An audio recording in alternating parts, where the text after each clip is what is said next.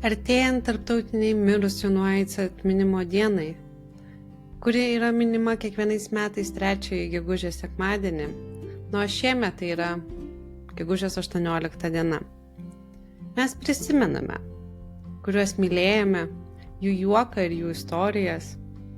Jie tebėra su mumis, išlikę mūsų širdise.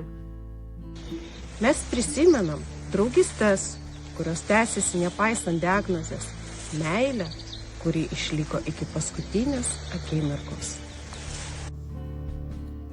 Mes prisimename tuos laikus, kai kalbėti buvo sunku, kai tylos buvo daugiau nei žodžių, ir tuos, kurie pirmieji prabilo, jų drąsa keitė pasaulį. Mes prisimename tuos, kurie pirmieji prabilo apie tiesą, apie teisės ir apie gyvenimą, kurį jie nusipelno. Jų balsai atvėrė kelią pokyčiams, kuriuos mes matome šiandieną. Kiekvieną dieną nepamirštame, ši istorija vis dar rašoma, gyvenimas tęsiasi su orumu, meile ir ryžtu. Mes prisimename ne tik lygą, bet ir žmogų.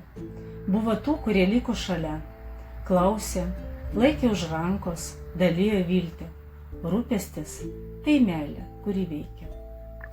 Šiandien mes prisimename gyvenimą, žmonės, meilę, drąsą, keliones.